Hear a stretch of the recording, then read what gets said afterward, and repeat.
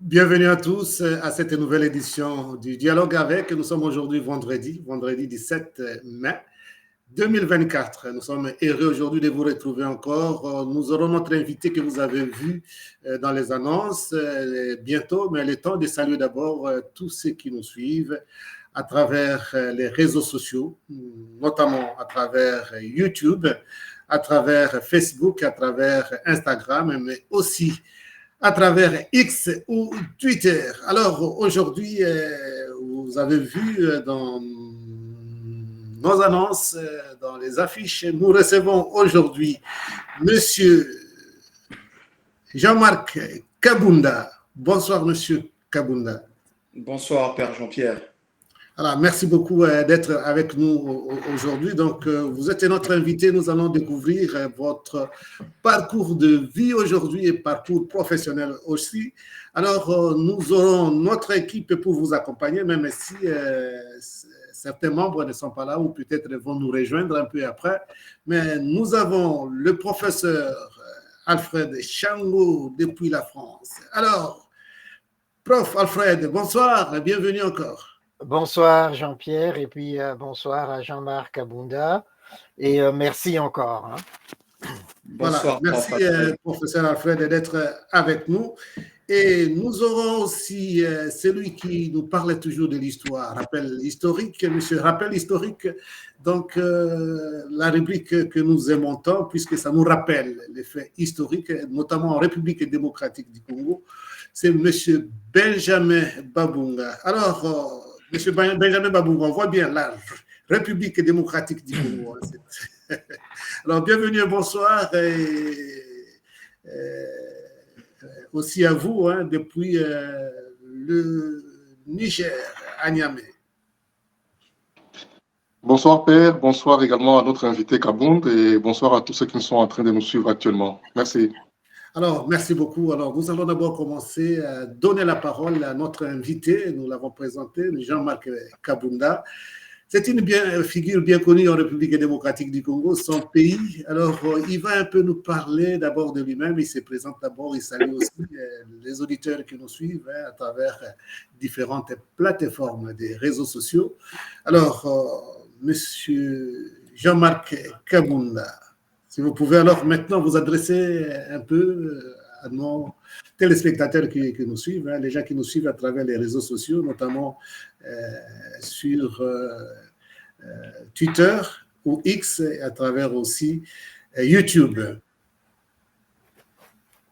Merci Pierre, merci Père Jean-Pierre. Tout d'abord, je tiens à vous remercier énormément. Je suis très honoré d'être votre invité ce soir parce que votre émission Dialoguons avec JP Bojoka commence vraiment à prendre de l'ampleur. Donc, je suis satisfait d'être là et disposé à répondre à toutes vos questions. Je salue en passant le professeur Alfred qui est là. Bonsoir aussi à Benjamin et aussi aux autres intervenants qui viendront un peu plus tard. Donc, moi, oui. Oui, allez-y. Donc, moi, je me nomme bien Jean-Marc Kabunda et pas Kabound comme Benjamin l'a dit tout à l'heure. Il faut faire cette nuance. C'est vrai que c'est assez rapproché, mais il faut... Mais c'est justement, il y a des fois où on vous confondait. C'est juste les A, je crois, qui séparent votre nom de famille. Tout à fait, exactement. Tous déjà Marc avec l'autre politicien de la République démocratique du Congo. Mais vous avez un A à la fin de votre nom. C'est souvent la confusion qu'on peut faire. Exactement. Donc, je suis Jean-Marc Kabunda Kassai. Je suis congolais. J'habite en France. Je travaille en Suisse. Et je suis entre Kinshasa et l'Europe par rapport au devoir professionnel.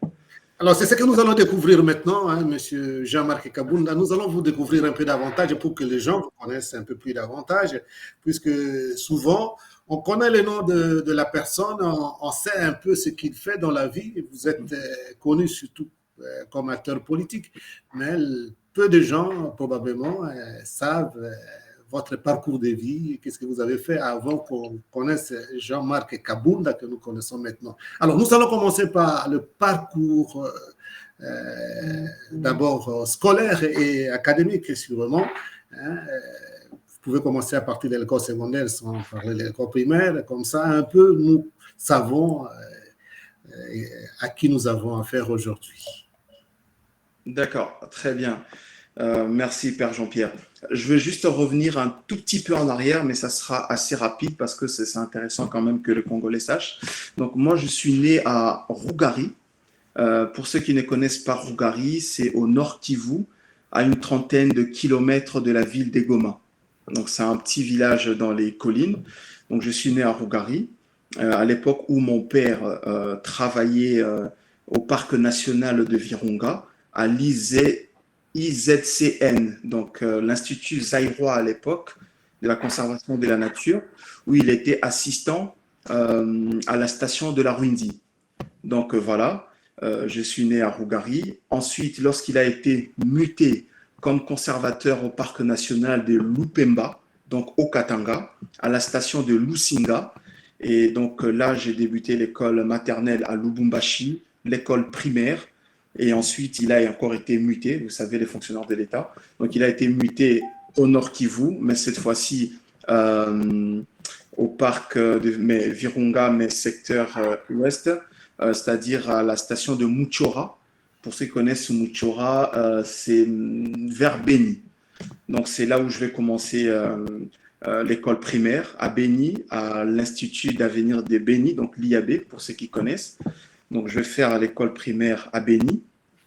Ensuite, mon père est encore muté, cette fois-ci vers Goma. Donc, il revient encore à la Rundi.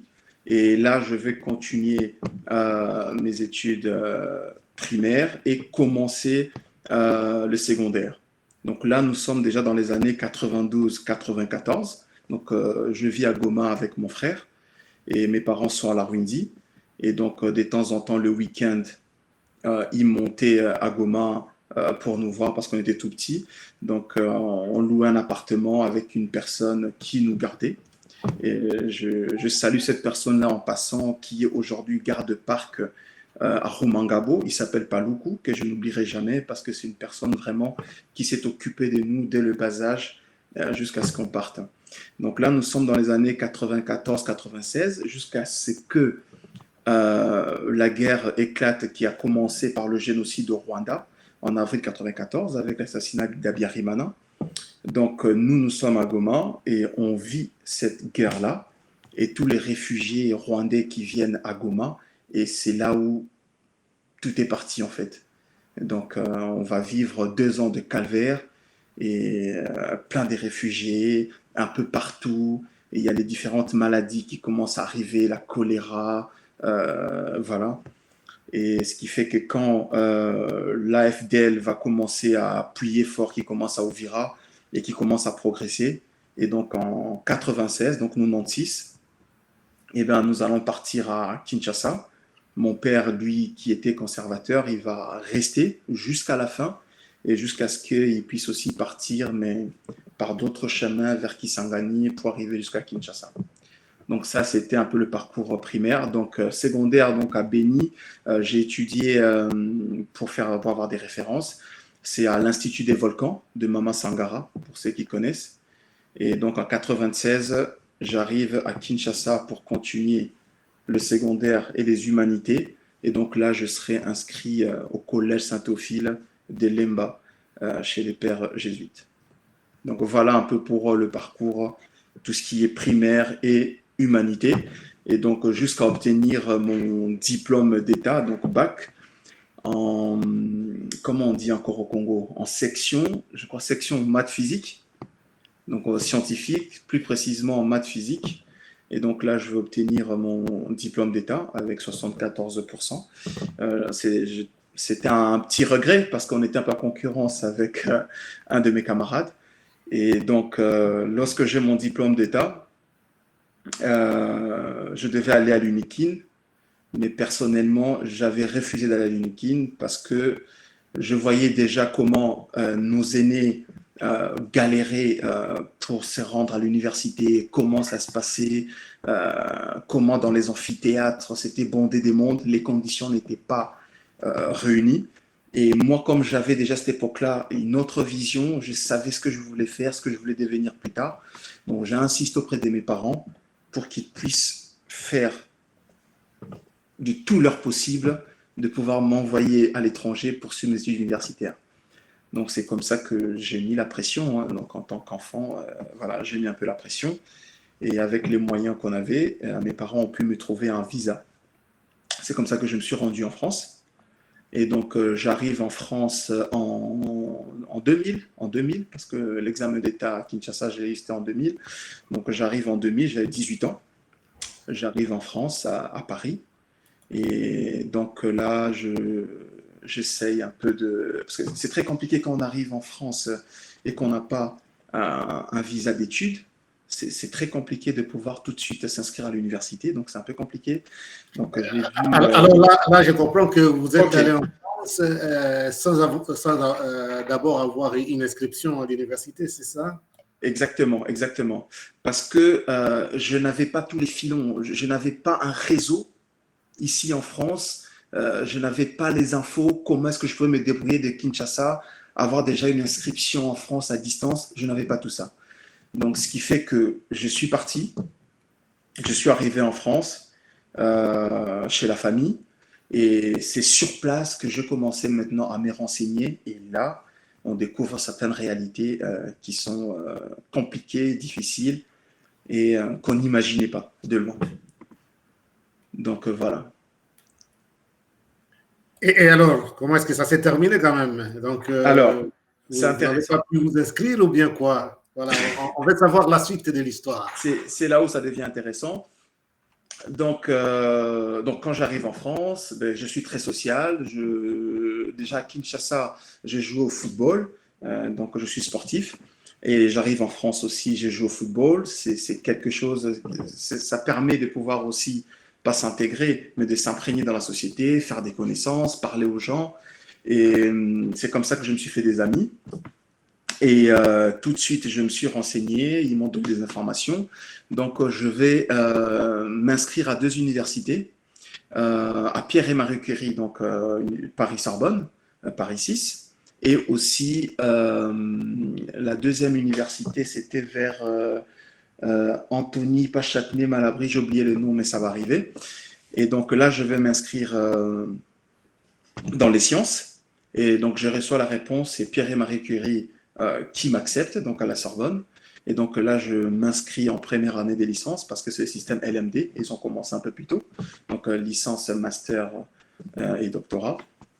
Et donc je m'inscris en première année avec mon diplôme de Kinshasa, donc qui était acceptable. Et ça, c'était aussi, ça m'a fait plaisir de savoir qu'à Kinshasa, on a quand même un niveau qui est reconnu.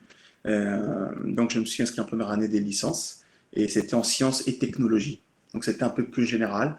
Donc, on avait des choix des modules, donc il y avait des mathématiques, de l'analyse mathématique et de l'informatique qui était obligatoire, plus les langues. Donc, j'avais pris l'anglais. Donc, tout se passe bien. Première année de licence, je passe en deuxième année, troisième année de licence. Mais il faut dire aussi vrai que pendant ces temps-là, je suis en train de faire des démarches à côté pour régulariser ma situation. Parce qu'avec un visa touristique qui doit expirer, on va dire, dans quelques mois, il faut trouver d'autres moyens, parce que sinon, on se retrouve en situation irrégulière, et du coup, on ne pourra plus s'inscrire l'année Mais prochaine. quand vous avez commencé les études universitaires, un visa touristique, ça ne dure quand même pas plus d'une année, parfois, ou 2 ou 3, puisque vous avez déjà commencé. Et alors, on a pu vous accepter à Non, mais l'université c'est-à-dire que, sans non, papier. mais c'est-à-dire que moi, je me suis inscrit à l'université, mais en même temps, j'avais déjà introduit certaines démarches auprès de la préfecture. C'est que j'avais un papier qui montrait que j'avais un dossier qui était en cours. OK. C'est avec ce papier-là que j'ai pu m'inscrire. Et l'université, c'est pas la police, donc ils ne vont pas jusque-là. Donc j'avais un dossier qui était en cours, donc j'étais entre guillemets en situation régulière, parce que mon dossier était encore en cours. Donc je m'inscris, mais en même temps, c'est un stress parce qu'il faut suivre les démarches à côté. Est-ce que ça sera accepté ou pas? Ça sera refusé? Je ne pourrai plus continuer les études. Et en même temps, on n'a pas, nous, des visas d'études, ce qui fait que la chambre universitaire, il faut la payer soi-même, il faut s'y nourrir. Donc, c'était très compliqué. Donc, il fallait en même temps travailler à côté. Ce qui fait que, je vais dire la vérité, donc j'ai travaillé dans le noir. Donc, j'ai travaillé dans le noir parce que, voilà.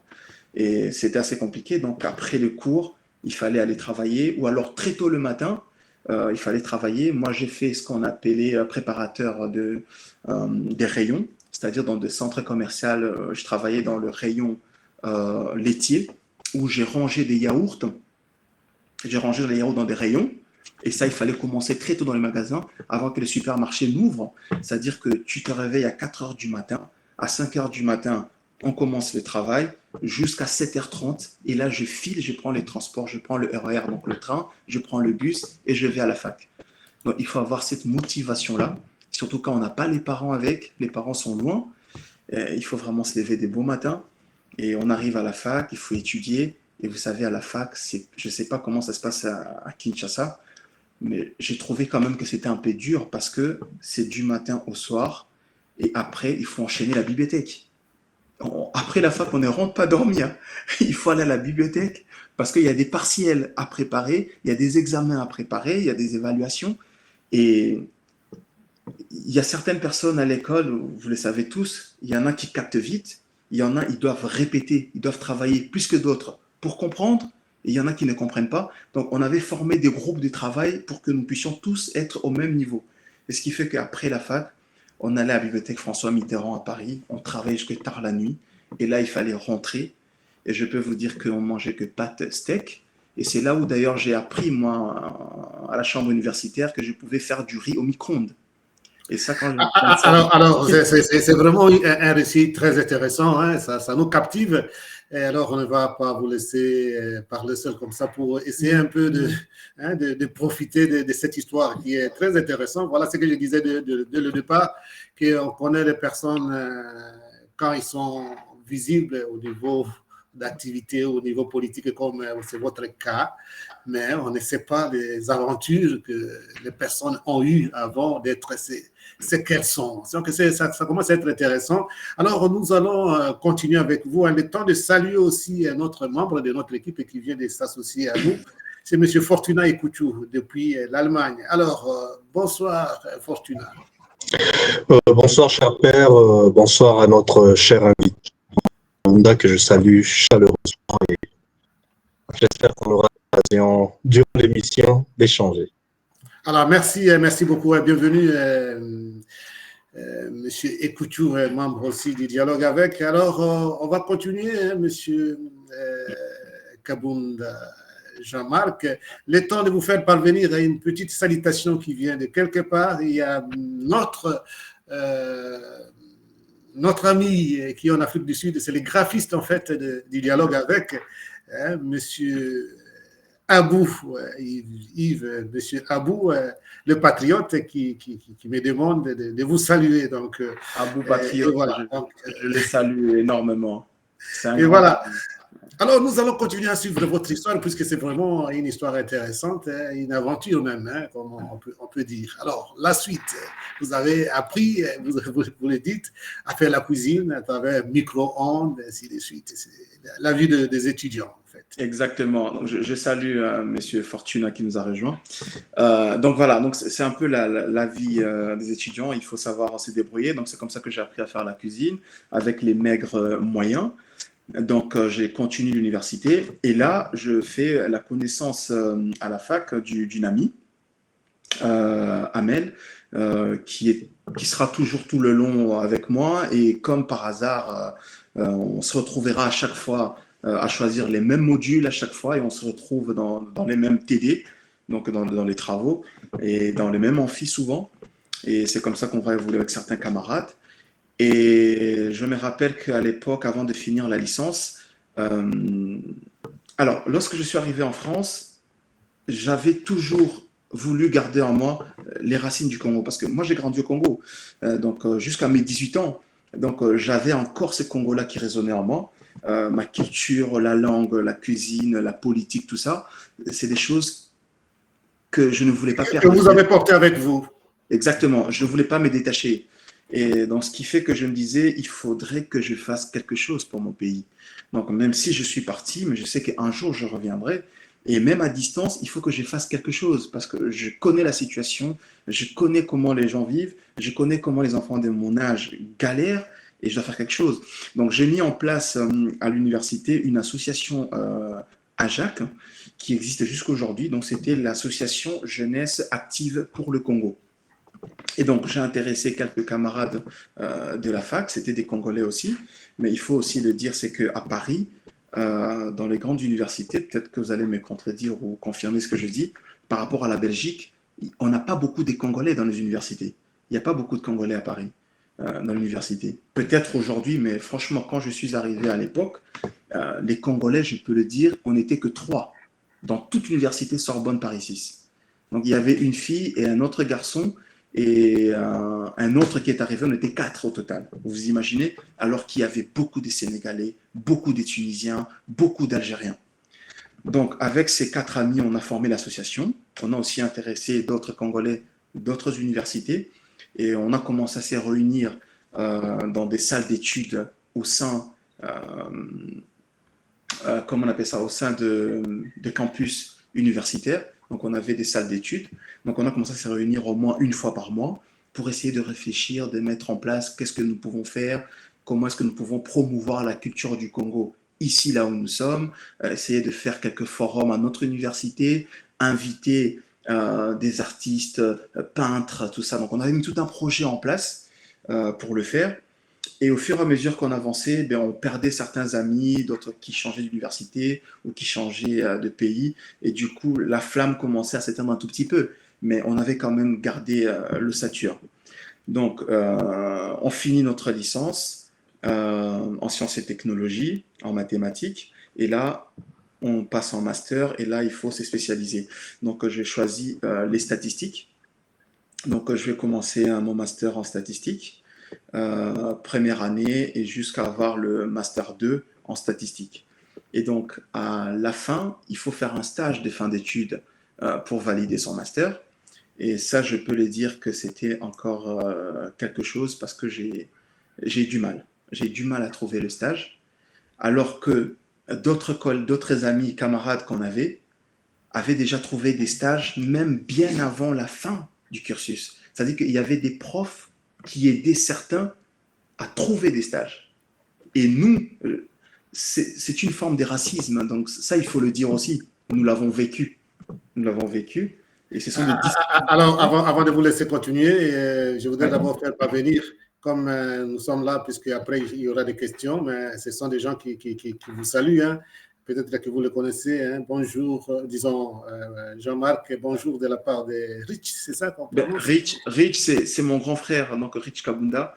Nous sommes arrivés en France au même moment. Alors lui, il avait déjà commencé la fac à l'UNIKIN en économie, en 2e graduat, et il était obligé d'arrêter. Il était venu en France avec moi. Donc c'est mon grand frère que je salue chaleureusement là où il est. Ok. Alors, avant de continuer, puisque vous avez soulevé un point, ça risque de rester un peu comme ça, comme une curiosité chez les gens qui nous suivent. Alors, c'est le dossier encore de papier de séjour, puisque là, vous continuez, vous êtes déjà au niveau de master. Entre-temps, les dossiers de papier sont disons, vous êtes régularisé au niveau des papiers? Exactement, vous faites bien de me rappeler cette étape-là. Donc, pendant qu'on avançait, en fait, à l'université, on avait des assistantes sociales.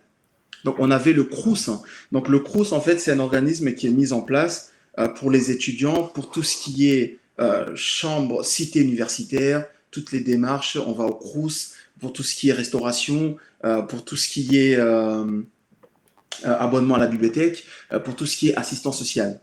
Donc voilà, les étudiants qui étaient dans le même cas que nous, donc on allait voir les assistantes sociales, on leur soumettait les dossiers et elles pouvaient appuyer avec nos diplômes, avec nos certificats d'inscription à la préfecture pour un peu accélérer les dossiers. C'est comme ça que j'ai pu, moi, pouvoir être régularisé enfin.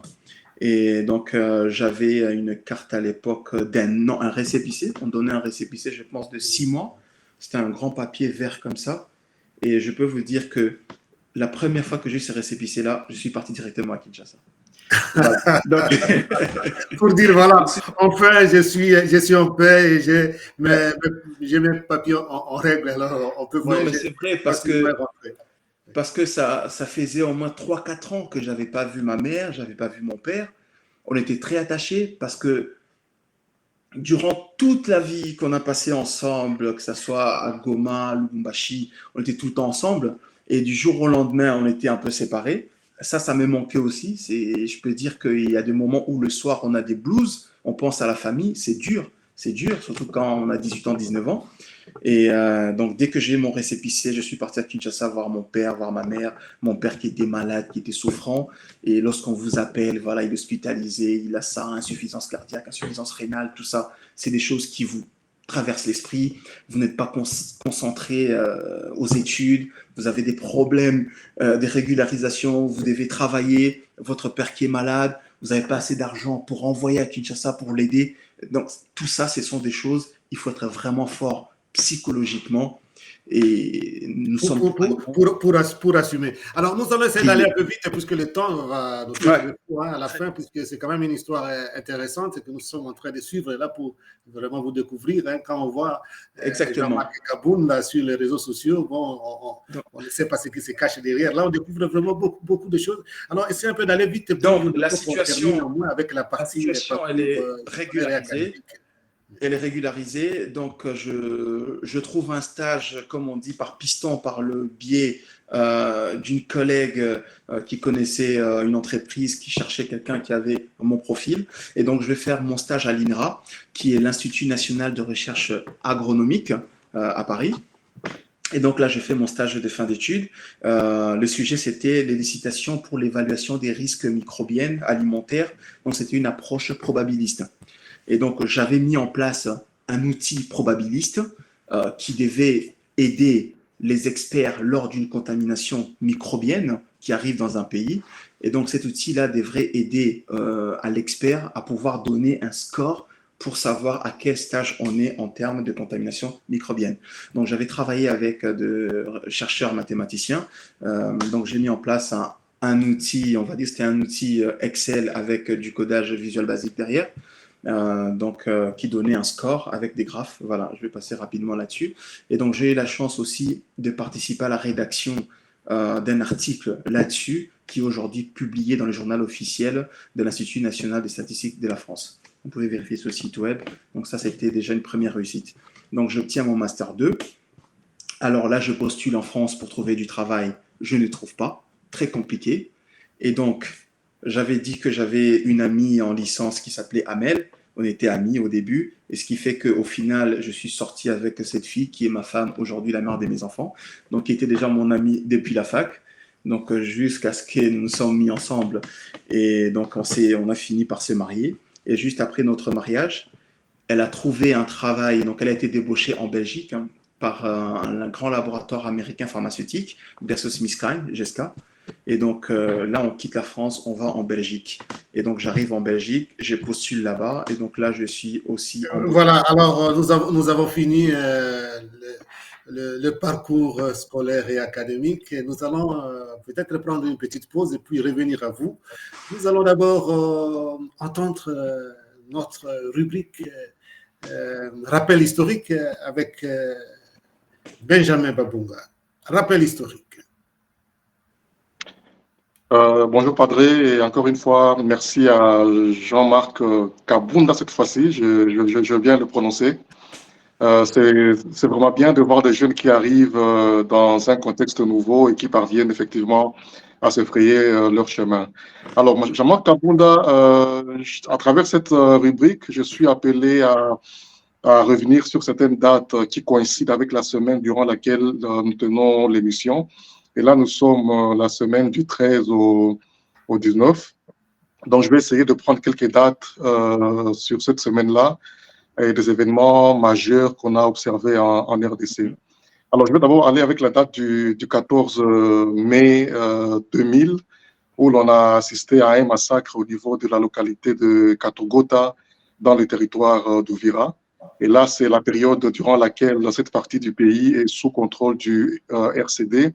Et comme vous le savez, la population locale était hostile à la présence de l'armée rwandaise dans cette partie du pays.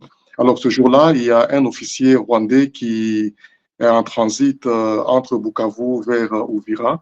Et lorsqu'il va arriver au niveau de la localité de Katogota, qui est située à peu près 90 km d'Uvira, il y a quelques combattants Maïmaï qui vont l'assassiner sur place au niveau du village de Katogota.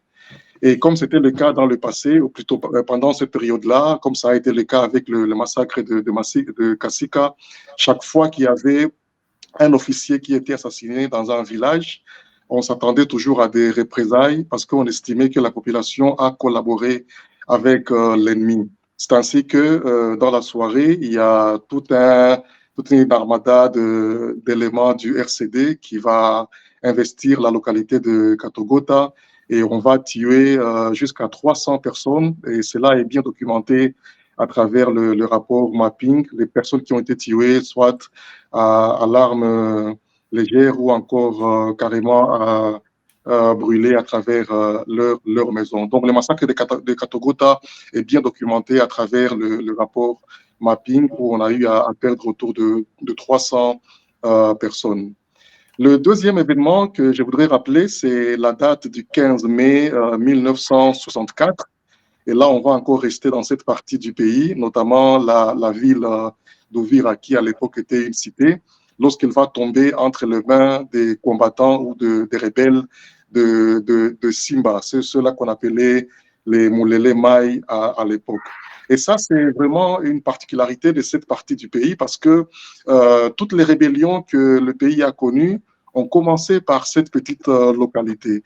Et les gens se demandent tout le temps pourquoi seulement Uvira, que ce soit avec cette rébellion de Simba Moulele en 1964, que ce soit également avec l'AFDL, c'est toujours Uvira qui a été choisi comme étant le point d'entrée. Alors, lorsque Lumumba meurt, il y a tous les partisans de Lumumba qui ne sont pas d'accord avec la gouvernance de Kasavubu et ils vont aller pouvoir se constituer en mouvement insurrectionnel. Et c'est là qu'est né le mouvement Simba. Et à l'époque, il y a quelques têtes d'affiche qui vont venir du côté de l'Est du pays pour pouvoir galvaniser certaines troupes qui étaient déjà stationnées dans la partie Est. Et c'est au niveau du Burundi où notamment Antoine Marandura, mais également Laurent Désiré Kabila vont débarquer. Et de là, ils vont constituer une sorte de base arrière à partir de la plaine de la Rusizi. Et des combats vont faire rage pendant quelques mois dans cette partie du pays. À l'époque même, il y a des vidéos qui ont circulé où on voit le commandant en chef de l'armée zaïroise qui était Mobutu, qui fera les déplacements de Bukavu et de Bukavu lui-même va aller en personne dans la plaine de la Rusizi pour essayer de mater cette rébellion, mais ils ne vont pas y parvenir parce que la ville d'Uvira finira par tomber le 15 mai 1964. Et cette première victoire va donner de la force un peu, disons une certaine force à cette rébellion qui va aussi occuper les territoires de Fizi, une partie même du Maniema, et ils vont même remonter jusqu'au niveau de l'ancienne province orientale, jusqu'à occuper Kisangani, où ils vont établir pendant un moment un gouvernement parallèle avant qu'il ne soit chassé totalement en novembre 1964.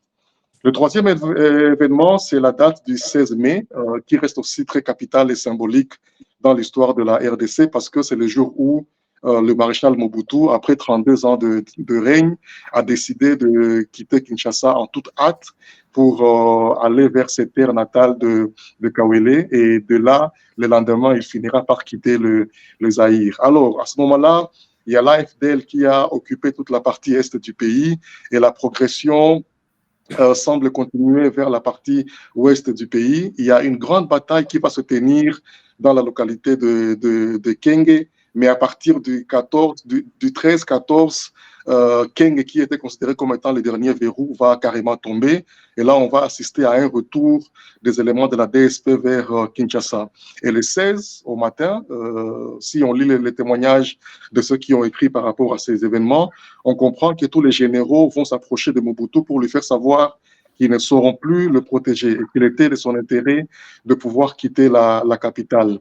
Il paraîtrait que Mobutu va au début résister en estimant que, en tant que militaire, il préfère mourir à Kinshasa, mais sous l'insistance des différents généraux qui étaient avec lui, il va finir par accepter autour de 10 heures de quitter Kinshasa, la capitale.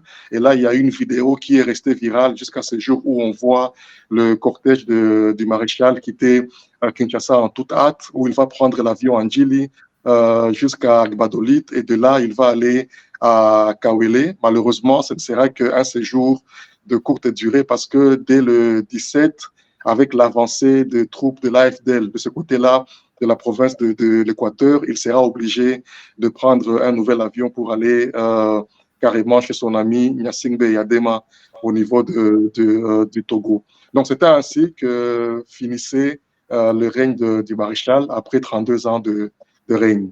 Et enfin, le 17 mai, comme aujourd'hui, et c'est pour cette raison que j'ai aussi mis un t-shirt de la République démocratique du Congo.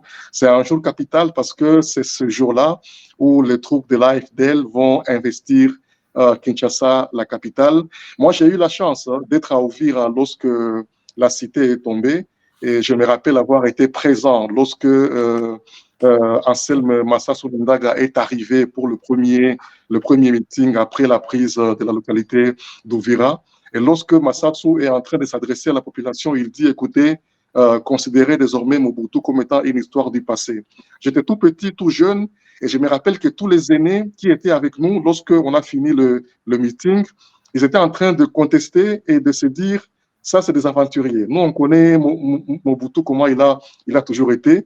On sait que Mobutu finira par revenir et récupérer la cité d'Uvira, mais également la ville de Bukavu.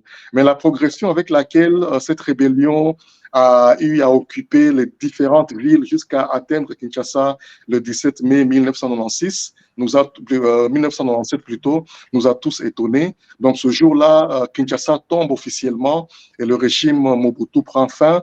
Et dès le lendemain, il y a Laurent Désiré Kabila qui était à l'époque responsable de l'AFDL qui va se proclamer comme étant le nouveau chef de l'État de la nouvelle République démocratique du Congo. Ça a été un moment de beaucoup d'euphorie, beaucoup de joie, surtout qu'il y a eu beaucoup d'espoir avec son arrivée.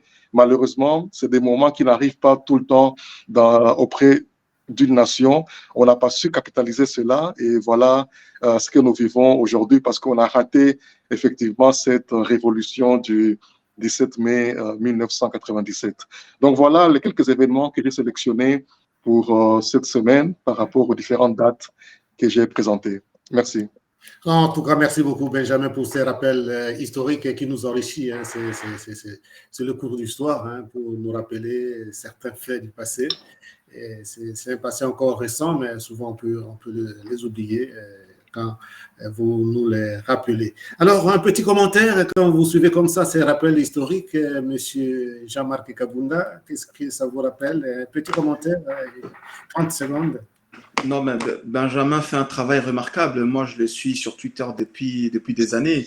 Donc, c'est une bibliothèque, c'est important. Comme je l'ai dit, notre histoire, il n'y a que nous qui pouvons mieux la raconter, personne d'autre. Donc, je pense que le travail que Benjamin fait, ça reste dans les archives. Même pour nos petits-enfants, ça va servir. Et il a tout mon soutien et je pense que la RDC a encore besoin de lui. Benjamin continue comme ça. Et j'ai retenu ces 4 dates, 14 mai, 15 mai, 16 mai, 17 mai. Et comme il vient de le dire, c'était la libération du Congo. Mais aussi, moi, je trouve que c'est interpellateur. Donc, il faut savoir que dans la vie, tout finit par se terminer. Donc, pour moi, c'est une leçon de vie. Il faut faire du bien aux gens, surtout quand on est gouvernant, on est dirigeant, parce qu'un jour, tout finit par se terminer, tout s'écroule. Donc, c'était une dictature qui est partie en quelques semaines. Et voilà, c'est une leçon de vie. Lorsqu'on est dirigeant, il faut faire du bien à sa population. Voilà. Merci beaucoup. Alors, nous allons revenir à vous maintenant encore. Vous avez fini et vous aviez déjà évoqué un peu le début du travail à travers cette amie qui est devenue votre épouse jusqu'aujourd'hui. Et vous commenciez déjà à parler de ça. Alors maintenant, nous allons entrer dans cette seconde partie de votre vie, le parcours professionnel, pour que nous puissions en savoir davantage. Très bien. Donc, je démarre ma carrière en Belgique. Je vais travailler pour BNP Paribas, donc, qui est une banque internationale à Bruxelles. Et donc là, je suis consultant. Je suis consultant et donc je travaille en tant que développeur informatique, développeur VBA. Donc je vais mettre en place un outil de gestion pour essayer de mesurer l'impact que peut avoir les différentes modifications, changements des autres applications en interne. Donc je vais y rester, je pense, 1 an et demi. Ensuite, je vais toujours en tant que consultant, parce que quand on est consultant, on travaille pour une boîte de consultance et cette boîte de consultance va vous envoyer en mission chez différents clients. Donc voilà, donc parfois on ne refuse pas parce que sinon on résilie le contrat. Ils sont comme ça, les sociétés de consultants, c'est sans pitié. Ou lorsqu'ils n'arrivent pas à trouver un contrat pour vous pendant un long moment, ils résilient le contrat. Donc vous êtes une période en intercontrat pendant un moment donné, mais quand c'est trop long qu'ils n'arrivent pas à vous caser, eh bien il résilie le contrat. Donc, après BNP Paribas, je vais travailler pour Cofidis. Vous connaissez Cofidis, ils sont dans la prêt à la consommation. Et là, ça sera à Tournai. C'est un peu plus loin de Bruxelles. Donc, j'accepte la mission, mais ça sera le trajet tellement long. Donc, je mets 2 heures à aller en train, 2 heures retour. Ça fait 4 heures en transport en commun. Et là, je ne vais pas tenir. Donc, je vais démissionner. Et ensuite, je vais démarrer dans la même société que mon épouse, donc chez GSK GlaxoSmithKline à Wavre, qui est un peu en Wallonie, un peu en dehors de Bruxelles. Et là, je vais travailler en tant que programmeur SAS. Donc SAS, c'est un outil statistique, d'analyse statistique. Et donc, je vais travailler chez GlaxoSmithKline pendant 2 ans. Pendant 2 ans sur le site de Wavre et Rick Sansard. Et la 5e année, ma femme sera débauchée par une grande société pharmaceutique, donc Roche en Suisse, mais à Basel, donc côté allemand. Et donc je lui dis, écoute, c'est une bonne opportunité. Et la Suisse, vous savez, ça paye mieux. Je lui dis, écoutez, il faut partir. Donc on va partir. Et donc entre-temps, nous avons eu 2 petits garçons, donc Kezia et Djibril. Et donc on va partir. Donc on sera délocalisé vers la Suisse. Et donc là, on déménage, on arrive en Suisse. Ma femme commence chez Roche. Et donc moi, je postule aussi, je mets un peu de temps parce que il faut parler allemand, mais j'arrive quand même à postuler, à avoir des entretiens.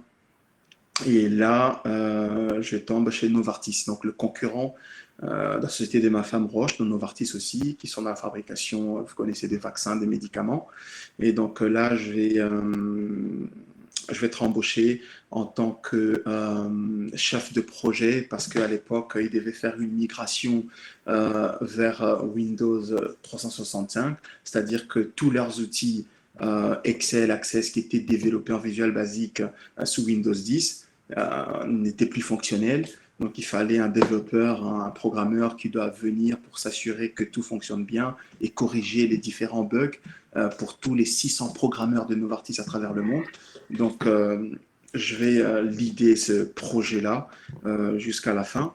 Donc, je vais mettre 2 ans pour ce projet-là.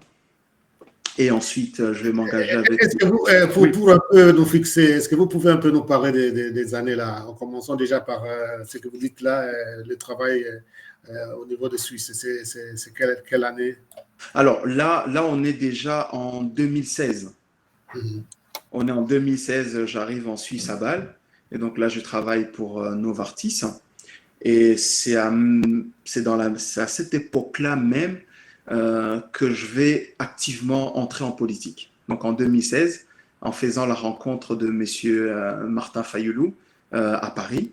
Et c'est à ce moment-là aussi que j'ai intégré mon parti politique SID. Voilà, c'était en 2016. Donc, je travaille pour Novartis en 2016, 2 ans. Et en 2018, je vais quitter chez Novartis. Et là, je vais travailler à Genève, donc c'est loin. Donc Bâle et Genève, c'est 3 heures. Et donc là, je trouvais une opportunité qui était intéressante pour moi. Et en termes de sécurité aussi. Donc c'était en interne. Donc je vais travailler pour une banque privée Pictet. Et donc là, je vais travailler en tant que pareil, hein, donc développeur. Et puis je vais essayer de l'idée un autre projet de migration aussi. Et donc, je reste, comme c'est loin et que cette banque-là, ils sont un peu différents les Suisses. Donc, c'est-à-dire, cette banque-là m'a exigé de ne plus être frontalier. Parce que quand j'étais à Bâle, donc, nous avons acheté une maison côté français, donc à Saint-Louis. C'est vraiment une ville qui est frontalière, donc à 5 minutes de Bâle. Et, mais quand j'arrive à Genève dans cette banque-là, on m'exige que non, il faut avoir les papiers suisses, il faut trouver une adresse en Suisse. Et donc, je vais trouver une adresse en Suisse, je vais prendre un petit studio et je vais faire les démarches. Donc, on me donne un titre de séjour en Suisse. C'est un permis B. Et là, donc, je vais rester 3 jours sur place à Genève et j'ai négocié 2 jours de faire du télétravail, du home working. Donc 2 jours, je reviens voir la famille et 3 jours, je les passe à Genève. Ça, c'était aussi un peu compliqué parce que je suis un peu beaucoup attaché aux enfants. J'aime bien moi-même les déposer à l'école. Et comme ils font du sport, ils font aussi du foot. J'aime bien moi les accompagner moi-même aux entraînements de foot. J'aime bien les récupérer. Donc j'aime bien suivre tout ça un peu de près. Et ça permet aussi de soulager à mon épouse qui a beaucoup de travail à son niveau parce qu'elle est vraiment cadre, elle est business analyst, donc ce qui fait qu'elle finit beaucoup plus tard que moi. Et avec son travail, elle voyage beaucoup, surtout aux États-Unis. Donc c'était un peu compliqué. Donc je vais faire aussi des ans chez Pictet, Private Bank. Et ensuite, je sens que ça va pas tenir. Ça va pas tenir. Et donc là, nous sommes en 2020. Je sens que ça va pas tenir. Et donc, je commence à postuler ailleurs. Je commence à chercher. Et là, je vais trouver un CDI chez Ivy Partners. C'est une boîte des consultants. Je me dis finalement, je vais revenir en consultance parce que ça me permet un peu d'être un peu libre. Surtout, je peux négocier plus du télétravail et puis suivre un peu la famille. Parce que je trouve aussi que la famille, elle est importante pour moi. Pour que je puisse très bien travailler, il faut que je sois aussi bien au niveau famille. Et donc là, jusqu'aujourd'hui, je suis chez Ivy Partners. Et là, je suis chez un client en assurance, Assura à Lausanne. Voilà, donc en tant que chef de projet, tout ce qui est IT. Voilà, en tout cas, merci pour ce beau parcours. D'abord, parcours scolaire académique et puis maintenant le travail.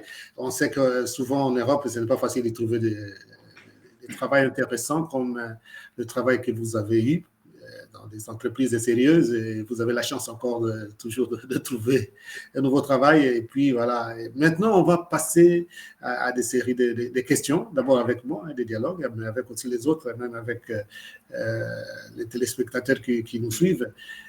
C'est quand même intéressant ce que vous nous avez dit. Alors, avant de passer à des séries de questions, nous allons faire un saut, pas loin de là où vous êtes, là, pas que loin de là où vous êtes, mais dans le pays de votre résidence maintenant à Saint-Louis, puisque vous nous parlez là à partir de Saint-Louis, qui est aussi en France. Nous allons aller précisément à Paris pour écouter notre correspondant, le membre de l'équipe du dialogue avec le professeur Alfred Chango. Pour votre connaissance, puisque vous aviez parlé il riait un peu d'ailleurs quand vous parliez, il est professeur à la Sorbonne aussi. J'ai eu la chance, l'opportunité de visiter la Sorbonne, quartier latin, le laboratoire de Marie Curie, grâce à Alfred. Bon, Alfred, nouvelles de France. Voilà, merci. On reviendra après à Jean-Marc Abunda et à son parcours, surtout estudiantin, et toutes les galères qu'il a connues. Oui, la France est secouée, en tout cas, par 3 actualités qui bouleversent le calendrier politique mis en place par Emmanuel Macron pour la dernière rush avant les élections européennes, là, en juin. La première actualité chaude, c'est l'embrasement néo-calédoniens. Comme vous le savez, depuis mercredi 15, la Nouvelle-Calédonie est en état d'insurrection pratiquement. Et l'exécutif a décidé justement de répondre vite pour essayer de mater, de contrôler cette insurrection. Alors, il y a les causes de l'insurrection, c'est que, comme on le sait depuis 1988, hein, où il y avait eu d'abord les premières émeutes en Nouvelle-Calédonie, le problème avait été réglé grâce à l'époque à M. Louis Blanc, qui était à l'époque PDG de la RATP, la régie autonome des transports parisiens, et par Michel Rocard, qui était alors à Matignon, et rappelait tout simplement que Louis Blanc était franc-maçon, et Jean-Marie Tjibaou, qui était le responsable du FLNKS, le Front de libération kanak et socialiste, était aussi maçon, et ça avait permis justement le rapprochement entre Jean-Marie Tjibaou et Lafleur, qui lui était le représentant des Blancs de Nouvelle-Calédonie et des Caldoches, et donc du RPCR, qui était le Rassemblement pour la Calédonie dans la République. Et puis en 1998, 10 ans après, il y avait eu de nouveaux accords qui avaient permis justement des avancées au niveau politique en Nouvelle-Calédonie. Mais dans ces accords de 1998, il était noté que progressivement, la Nouvelle-Calédonie irait vers un choix pour l'indépendance ou pour rester dans la République. Ces dernières années, il y a eu 3 référendums que en 2018, en 2020, 2021, où les néo-calédoniens ont dit non à l'indépendance. Et là, au niveau des 2 chambres réunies ici à Paris, l'Assemblée et le Parlement, et le Sénat, ils ont voté effectivement l'idée justement de soumettre à la décision publique le renouvellement du corps électoral pour finaliser tout ce processus-là. Ça, c'est un des éléments qui a poussé les indépendantistes du FLNKS, hein, et puis avec les jeunes, à rentrer, à descendre dans les rues à Nouméa, la capitale de la Nouvelle-Calédonie. Et donc, on voit toutes les violences urbaines qui sont commises là-bas. Il y a eu 5 morts, dont 2 gendarmes.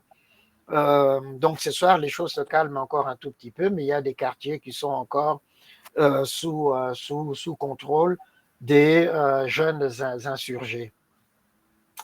Parallèlement à cette actualité assez chaude, mais qui a poussé finalement le président de la République, Macron, à s'impliquer lui-même dans la gestion de ce dossier et de le confier finalement aujourd'hui au Premier ministre Attal, et donc une sorte de désaveu du ministre de l'Intérieur qui en avait la gestion. Il y a une autre actualité qui vient télescoper justement ce calendrier électoral, c'est ce qui s'est passé ce matin à la synagogue juive de Rouen, où un jeune Algérien de 29 ans qui avait une OQTF, obligation de quitter le territoire français, a jeté un cocktail Molotov qui a brûlé la synagogue et qui s'est jeté sur les forces de l'ordre.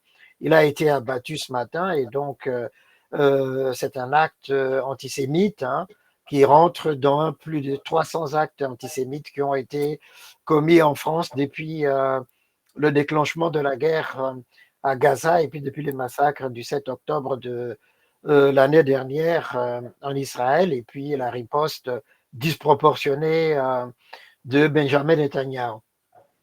Donc, on en est là, il y a une sorte d'émoi ici en France. La troisième actualité qui est moins grave plutôt souriante, c'est plutôt l'actualité sportive, hein. Didier Deschamps a constitué la liste de l'équipe de France qui va participer au championnat européen des nations qui va avoir lieu en mi-juin. Et dans sa liste, il a rappelé N'Golo Kanté.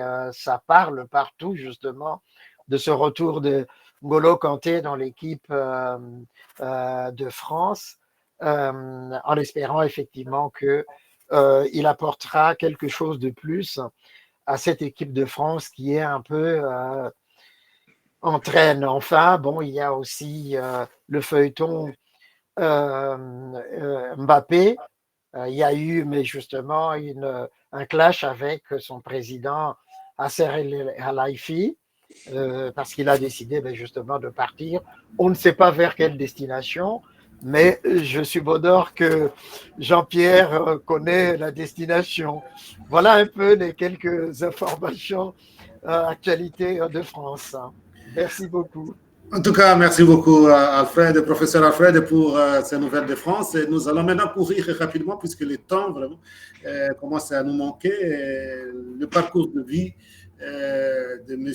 Jean-Marc Kabounda est ainsi intéressante qu'il fallait l'écouter. Nous allons passer rapidement à des questions. Et ça commence d'abord par moi, par moi-même, ce dialogue. Alors, M. Jean-Marc Kabounda, vous êtes donc ingénieur statisticien, vous êtes développeur informatique et vous avez travaillé, vous avez eu la chance d'avoir plusieurs boulots, des boulots intéressants entre la France et la Suisse. Alors, comment est-il possible, un jeune, puisque vous êtes jeune par rapport à moi, qui a fait de bonnes études, et qui a de bons boulots, donc il travaille, il gagne bien sa vie, son épouse gagne bien sa vie aussi, et peut penser directement comme ça à s'engager dans la politique. Alors, ma question serait, la politique paye mieux ou bien c'est qu'est-ce qui vous a poussé en fait? Et ça, c'est un peu d'abord une question pour commencer. Merci Pierre Jean-Pierre pour cette question. Non, mais elle est intéressante parce que cette question... Allez-y, il y a des bruits quelque part, je ne sais pas. Oui, donc cette question va aussi m'amener à développer quelque chose que je voulais en parler. Je pense que il faut que... C'est pour ça, si vous suivez mes tweets, à chaque fois, j'ai dit que moi, je me considère de la génération consciente. Et c'est pour ça que j'ai dit que nous devons casser le système. Nous devons décourager les jeunes et les générations futures à venir en politique pour s'enrichir. Donc, qu'est-ce qui m'amène? Moi, c'est vrai, comme vous l'avez dit, c'est-à-dire qu'on a fait des études, on a un travail, on vit. C'est ça l'essentiel de la vie, c'est-à-dire qu'on ne se plaint pas, on travaille dur pour mettre sa famille à l'abri.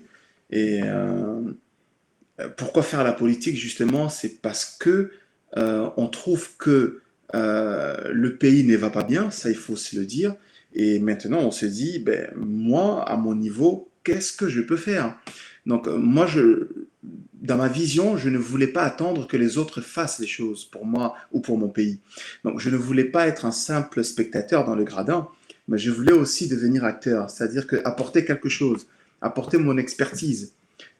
Essayer un peu aussi de conscientiser les autres jeunes qu'on ne vient pas en politique pour s'enrichir, mais lorsqu'on nous donne un mandat, essayons quand même de servir ce peuple-là. Nous voyageons, nous voyons comment les autres ont fait chez eux. Pourquoi nous ne pouvons pas le faire aussi chez nous? On ne doit pas continuer à envier les autres. On ne doit pas continuer à subir l'injustice, qu'on soit pris en otage par un petit groupe qui a pris tout un pays en otage depuis des années jusqu'à aujourd'hui. Il faut faire quelque chose. Donc, c'est ça qui m'a vraiment poussé à m'engager en politique, et surtout pas auprès de n'importe qui, mais auprès d'une personne que moi je considère intègre, une personne incorruptible, une personne intelligente, qui a un background, qui a une expérience professionnelle assez costaud. Et je me suis dit, je vais apprendre auprès de lui, et aussi pour que nous puissions faire quelque chose pour le pays. Donc c'est ça qui m'a vraiment poussé à m'engager en politique. Et aussi, je vais terminer par là, Quand je suis arrivé en France, je me suis dit, mais comment ça se fait que nous, les Congolais, nous n'avons pas assez de bourses d'études par rapport aux Sénégalais, par exemple? C'est-à-dire, moi, j'avais des amis sénégalais et des Chinois. D'ailleurs, quand j'étais en résidence universitaire, j'avais un voisin qui était chinois. Ils viennent avec des visas d'études, ils font des études, ils retournent chez eux. Ils ne restent pas en France. Je parle de mon cas, ce que j'ai vécu. Donc, ils sont venus envoyés par l'État, ils sont payés par leur pays, ils font des études, ils ont tout un programme de leur gouvernement, c'est-à-dire qu'ils savent que nous allons investir, nous allons miser sur des étudiants dans un certain domaine, de façon à ce que quand ils vont retourner au pays, il y a un boulot qui les attend. Donc, nous devons aussi former des gens par rapport à la demande sur terrain. Ça, c'est tout un programme que nous devons aussi mettre en place, comme les autres le font. Donc, ils rentrent dans leur pays avec l'expertise qu'ils ont pour développer leur pays. Et nous, on n'a pas ce programme-là. On n'a pas ce gouvernement-là qui est mis en place. Donc voilà, ça, ce sont des choses que moi, plus tard, je pourrais vraiment me baser là-dessus. Et voilà le sens de mon engagement en politique. Voilà, ok. Alors, une question quand même importante. Hein. Monsieur Fayoulou a commencé la politique bien avant vous. Et vous le connaissez et il vous fait grandement confiance. Je me rappelle, c'était en 2019, quand je vous ai vu venir à mon bureau avec son épouse. Hein, je me dis, mais comment cette confiance d'un homme politique qui a côtoyé déjà beaucoup de gens avant, mais il vous fait grandement confiance et c'est quand même étonnant.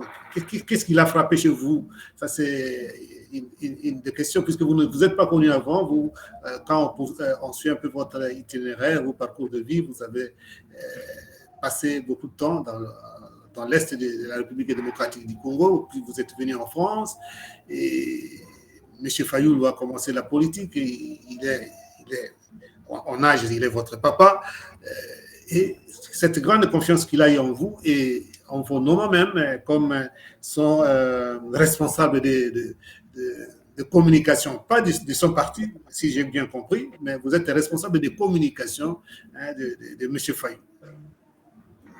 Tout à fait. Où est née cette confiance-là? Ouais, donc je suis aussi secrétaire national adjoint en charge de communication du parti. Donc, voilà, okay. Je suis un peu de tes côtés. En termes de confiance, il faut savoir que Martin Fayoulou, c'était un manager. Hein, vous connaissez son cursus et tout, donc partout il a travaillé. Donc moi, je vais dire c'est un bon manager. Donc il sait s'entourer. Et comme vous avez dit aussi, il fait confiance aux jeunes. Donc c'est quelqu'un qui a l'œil en fait. Donc tel que nous sommes dans le parti, Martin Fayoulou, il sait qui fait quoi, qui apporte quoi. Donc il essaie un peu de gérer tout ça, malgré tout ce qu'il a à faire. Mais il sait gérer tout ça, il sait qui fait quoi. Et je pense que c'est de là que peut-être vient cette confiance. Mais moi, je ne peux pas le dire qu'est-ce que j'ai fait de plus. Mais c'est vrai que moi, personnellement, par rapport à la formation que j'ai, quand je m'engage, je me donne à fond à 100%. Jusqu'à tel point que même ma famille me dit que tu t'y donnes un peu trop. Moi, mon téléphone, Père Jean-Pierre, il peut sonner à 1h, 2h du matin, je décroche. Même quand je suis dans mon lit, je décroche. Parce que moi, la politique, pour moi, c'est une vocation. C'est une vocation. Je pense que je ne vais pas être prétentieux, c'est pas que je parle le jeu, mais je suis fait pour servir les autres. C'est comme ça. Il y a des gens qui sont comme ça dans la vie. Et moi, je pense que c'est le destin. Donc, je me sacrifie beaucoup. Martin Fayoulou, il peut m'appeler à 1h du matin. Je suis là, il me donne du travail, je travaille. C'est-à-dire que moi, je n'ai pas d'heure de travail. Des fois, je travaille même tard, jusque la nuit pour le parti. Et ça, c'est du bénévolat parce que nous ne sommes pas payés, nous sommes en opposition. Alors, donc, il y aura beaucoup de questions, hein, puisque les autres. C'est que par le travail. Les membres de l'équipe. Nous allons aller un peu rapidement, un peu de tic au tac. Avant d'autres questions, une petite curiosité sur votre profil. 520 gigabytes, qu'est-ce que ça signifie en fait? Alors, ça c'est vrai. Non, mais c'est dans le domaine de l'informatique. Hein. Exactement. Mais non, ça c'est lorsque nous étions encore à la fac. Et vous savez, à l'époque, on avait encore des Ça crédits. pouvait, alors, ça pouvait déjà être maintenant peut-être 1 ou 2 Tera, c'est ça? Non, non, c'est-à-dire qu'à l'époque, il n'y avait pas encore de mémoire des capacités d'un Tera. Donc, à l'époque, j'avais acheté un disque dur à Montgallet. Prof Alfred doit connaître. Là-bas, il y a tous les Chinois, donc ils ont tout. Et lorsqu'on avait un problème, on allait tous réparer nos PC là-bas, nos ordinateurs là-bas. Et je m'étais offert, je me rappelle, un disque dur externe de 520 gigas. Et aussi, comme à la fac, moi, lorsqu'on programmait, il y a plein de fonctions et moi j'avais l'habitude de retenir certaines fonctions directement, donc j'avais plus besoin d'aller chercher. Et donc c'est comme ça que mes amis m'ont surnommé 520 gigas et c'est parti de là. Et comme j'ai beaucoup d'amis aussi qui sont artistes et musiciens, ce sont des amis avec qui on a grandi depuis longtemps et ils ont commencé à me dédicacer et c'est comme ça que ce pseudo-là a pris et voilà. Donc, alors, un peu rapidement, puisque je dois laisser aussi la parole au professeur Alfred et aussi à M. Fortuna.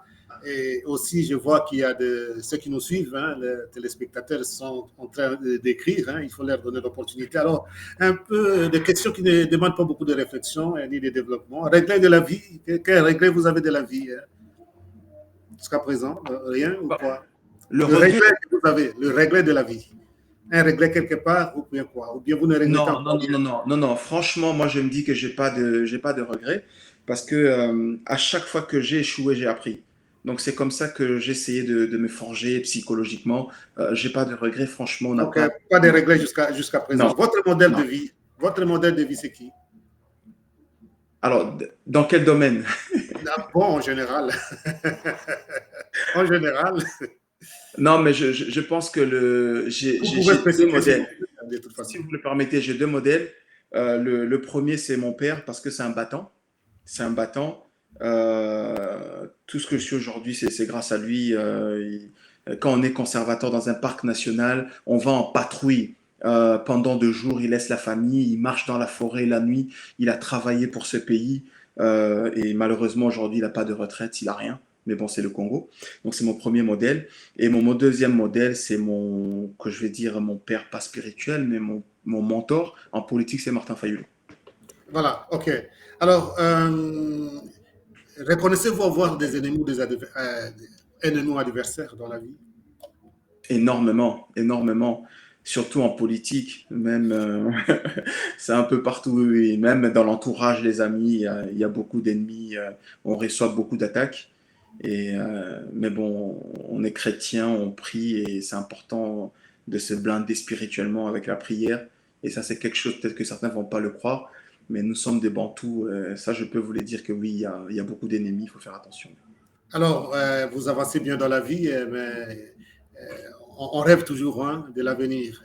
Quel projet vous avez encore pour votre avenir, puisque vous êtes en politique, et devenir ministre, devenir président de la République ou dans le business ou quoi? Quels sont vos projets de vie? Non, mais c'est-à-dire que les projets aujourd'hui, c'est vrai, en tant que politique appartenant à un parti comme SID, le but, c'est de pouvoir gouverner le Congo demain pour que nous puissions mettre en pratique notre projet pour ce pays. Voilà, gouverner pour vous. Non, là, vous parlez peut-être du parti ou de M. Fayulu, mais vous-même, quel projet vous pouvez avoir, par exemple? Non, le projet que je peux avoir, c'est d'avoir des responsabilités au niveau du pays, ça c'est sûr. Et après, on verra, le destin décidera. Mais il faut que nous puissions devenir des acteurs demain, avoir des responsabilités pour que nous puissions apporter un vrai changement. Alors, pour 30 secondes, est-ce que vous avez des conseils, par exemple, à donner aux jeunes en général et aux jeunes politiciens en particulier? Alors, un conseil à donner aux jeunes politiciens en particulier, c'est la patience, la constance et l'intégrité. Voilà. En tout cas, je donne l'occasion, je vais revenir encore à vous, l'occasion aussi maintenant, on commence par le professeur Alfred, et puis nous allons voir aussi ce que pense notre ami Fortuna Ekouchou, et puis aussi ce que pensent les téléspectateurs, puisque je vois déjà quelques questions qui sont là, mais avant cela, cette petite pause.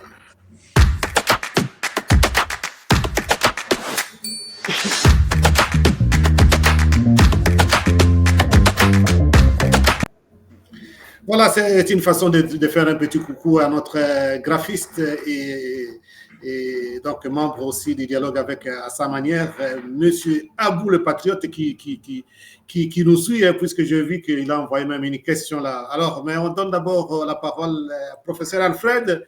Voilà, vous aviez déjà, quand vous avez donné les nouvelles de la France, vous disiez que vous alliez revenir sur un peu le parcours académique de M. Jean-Marc Kabounda, puisque vous-même, vous êtes professeur à la Sorbonne, vous connaissez un peu bien le milieu. Alors, vous avez la parole ou la question à poser. Oui. 1 ou 2 minutes d'abord. Merci beaucoup, Jean-Pierre.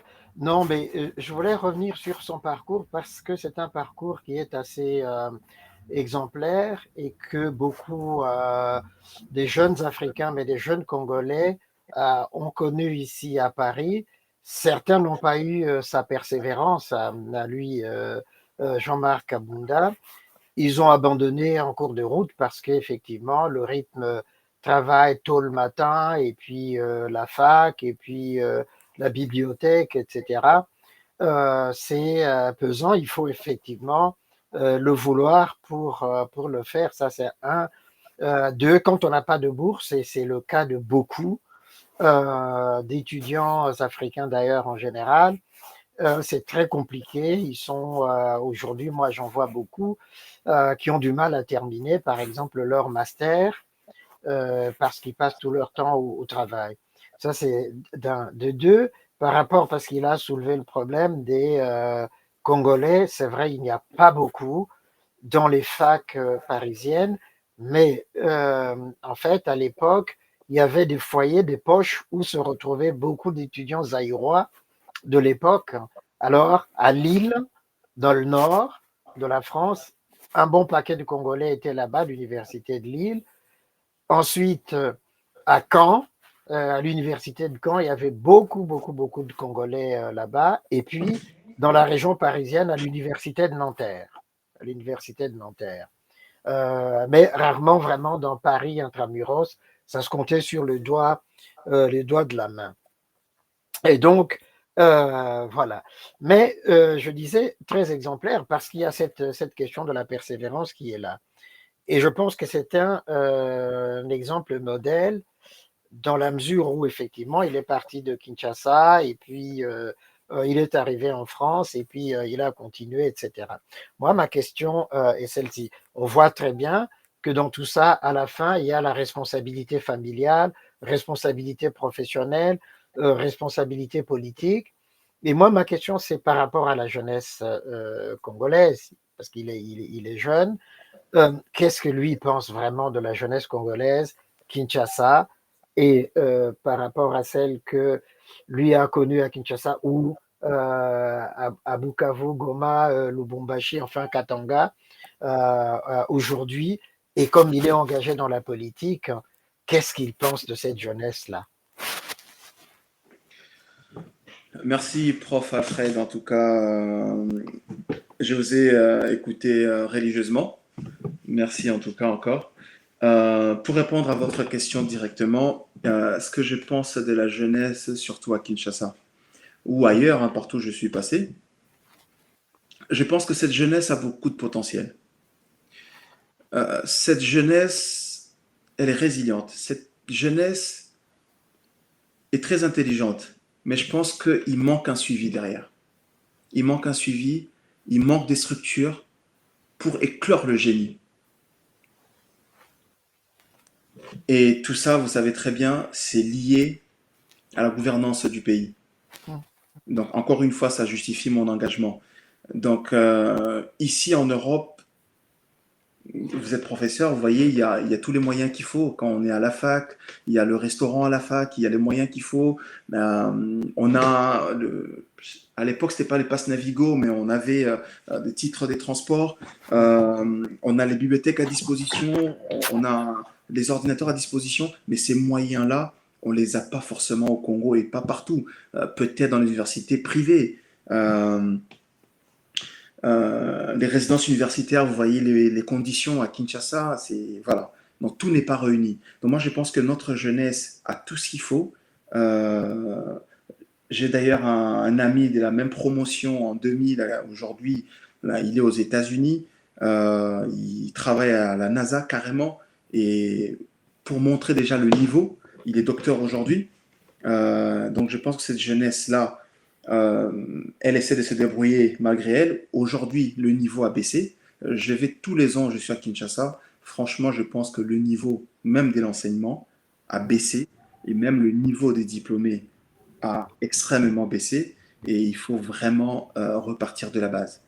Repartir de la base comme c'était avant à notre époque. Et le gouvernement, encore une fois.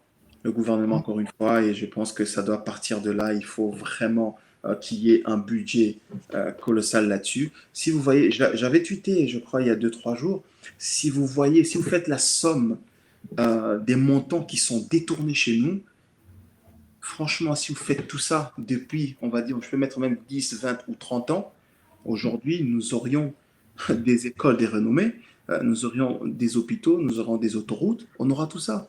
Mais jusqu'aujourd'hui, j'ai l'impression que nos aînés, ceux qui nous dirigent, n'ont pas pris encore cette conscience-là, ou soit ils ne pensent pas à l'avenir de demain, parce que tous vont mourir d'ici 20, 30 ans. Ils ne seront plus là, ça c'est sûr. Mais qu'est-ce que vous allez laisser à ces jeunes-là? Qu'est-ce que vous allez leur laisser? Et je pense que quand on est responsable, on pense plutôt à ce qu'on va laisser derrière. Qu'est-ce qu'on dira de vous? Préparez cet avenir-là. Aujourd'hui, je vois les Koulouna, c'est pratiquement à Kinshasa dans tous les quartiers. Mais pourquoi? Parce que ces jeunes-là, ils sont abandonnés, ils n'ont rien à faire, ils ne sont pas occupés. Et certains qui passent leur temps dans des églises. Voilà, c'est tout un tout. Et je pense qu'il faut intervenir. Voilà. Voilà, on va donner aussi la parole. Il n'a pas encore parlé depuis qu'il nous a rejoint. Alors, Monsieur Fortina, Oui, donc je salue encore une fois le parcours de notre invité, Monsieur Jean-Marc Kabunda. Je crois qu'on a plus ou moins le même âge. Donc c'est un parcours voilà, éloquent, très louable. Bon, je vais directement vers mes questions, vu qu'on a peu de temps qui nous reste. La première question, je crois que en tant que jeune en politique, dans un parti qui prétend prendre le pouvoir, on est informé de ce qui se passe ailleurs. Donc la question serait, quel est le regard que vous portez sur la situation politique au Sénégal? Donc des jeunes qui ont milité à partir de 39 ans, 40 ans, plus ou moins cet âge-là. Aujourd'hui, ils sont au pouvoir avec un regard panafricain, souverainiste. Voilà, quel est le regard que vous portez sur cette expérience? Et donc, rentrant au Congo, est-ce que vous pensez qu'en RDC, le terrain est propice pour avoir ce genre d'expérience? Si oui, comment? Sinon, qu'est-ce qu'il faut faire? Voilà, c'était un peu ça mes questions. J'avais une autre question sur la question de la guerre, mais je crois que voilà, on peut d'abord, voilà, si vous pouvez répondre d'abord sur voilà sur ces deux aspects. Merci. Merci beaucoup, mon frère Fortuna et Couture. Des questions super intéressantes. Donc, la première, quel regard sur la situation au Sénégal? Non, mais ce que je peux dire, c'est que Sonko a fait, c'est quelque chose qui inspire beaucoup les jeunes aujourd'hui. Je pense que nous-mêmes, dans nos petits cercles entre jeunes politiciens, on en parle. Et donc, c'est devenu un modèle. Et moi, je salue cela. Donc, c'est un regard positif. Il faut savoir que Sonko, avec son parti politique, donc il a bataillé, il était mis en prison, il a fait des manifs, ça n'a pas toujours été joyeux. Il est courageux, surtout ça, déterminé, il savait où il allait, il savait ce qu'il voulait faire, avec un discours, comme vous l'avez dit, panafricaniste. Et je pense qu'on doit s'en inspirer, nous jeunes. Et aussi, lorsqu'il a été empêché de postuler, il a placé son secrétaire général du parti, Diomaye. Et il faut savoir que pour ceux qui ne connaissent pas, Diomaye, c'est quelqu'un qui était très réservé. Et donc, dans son parti en tant que secrétaire général, même les gens le connaissent, il ne parle pas beaucoup. Mais c'est un grand bosseur. C'est un grand bosseur, c'est un gars qui travaille beaucoup. Et j'ai la chance d'avoir un ami en commun avec lui qui est en Belgique. C'est lui qui a travaillé côté lobbying pendant leur campagne. Et donc, on échange beaucoup. Donc, je peux dire que tout de suite, il y a déjà un pont qui est créé. Comme j'ai dit, c'est un modèle. Donc, nous sommes déjà en contact avec eux et avec cet ami-là, nous discutons si on peut départager leur expérience, savoir comment ils ont fait. Voilà, ça, ce sont des stratégies que je ne pourrais peut-être pas développer en détail. Mais pour dire que c'est un exemple, il faut toujours prendre le bon côté, même si tout n'est pas bon, mais il faut prendre le bon côté. Et en RDC, est-ce que le terrain est propice pour faire la même chose? Ça, c'est vrai que je peux dire que le contexte est à peu près pareil, hein, si on regarde bien, et un peu pareil. Mais en même temps, je pense qu'il y a un travail qui a été fait là-dessus. Donc, ce n'est pas arrivé du jour au lendemain. Il y a un travail de terrain à partir de la base qu'il faut faire. Un travail est remonté. Et surtout, il faut que je pense, j'avais proposé, parce qu'on discute, hein, ça ne veut pas dire que quand il y a d'autres jeunes qui soutiennent, par exemple, qui sont des l'UDPS ou des l'UNC ou qui sont au pouvoir et que nous sommes ennemis, non. Je peux le dire ouvertement ici, nous échangeons, nous parlons entre nous. Et des fois, on se croise quand ils viennent à Paris ou quand je suis à Kinshasa, on se croise et on discute entre nous jeunes. Parce que je leur avais dit, écoutez, on ne peut pas continuer à subir. Donc, parce que après nos aînés, il y a la relève qui va venir. Donc, c'est le moment que nous puissions, nous parler si nous voulons changer les choses. C'est vrai que ceux qui sont au pouvoir aujourd'hui, ils sont un peu mal placés pour parler ouvertement. Parce qu'il y a des conséquences, voilà, ils ne veulent pas trop s'afficher, ils ont peur, et ça, on peut aussi les comprendre. Mais n'empêche, je pense qu'il faut qu'on commence à s'organiser. Dès maintenant, s'organiser, voir ce qu'il y a à faire, faire un réseautage, tisser les liens entre jeunes, discuter et voir ce que nous pourrons proposer vraiment aux jeunes pour apporter un changement. Donc, Fortuna, oui, il y a quelque chose à faire là-dessus. Voilà, merci Merci, beaucoup. merci. J'avais une toute petite question Nous encore. allons revenir à vous, Ok, parce qu'il y a aussi d'accord. qui veulent intervenir. Je commence d'abord par ceux qui déclarent seulement ou bien confirment certaines choses qu'a dites M. Kabunda. Il y a notamment notre graphiste hein, qui vous suit. Hein, voilà, ce qu'il a écrit là, je crois que vous parvenez à lire. Je confirme, Jean-Marc Alalakate attend à 3 h du matin à Yambakanaï. Donc, c'est pour dire que vous êtes un bosseur. Donc, on vous reconnaît. Mais toujours le même M. Abou, il vous pose cette question hein, ici. Voilà. Ma question à Jean-Marc. Silence Bazuina et Sidé, Bazo consolidé Baki. Voilà, ça c'est une question qui vient de monsieur, de monsieur Abou. Alors, pour aller. Donc, on finit d'abord avec monsieur Abou, et puis il y a un autre qui écrit, je crois, depuis les États-Unis, et puis nous allons donner de nouveau la parole à monsieur Fortuna. Alors, j'ai pas compris, il y a une question, j'ai pas compris. Alors, il y a M.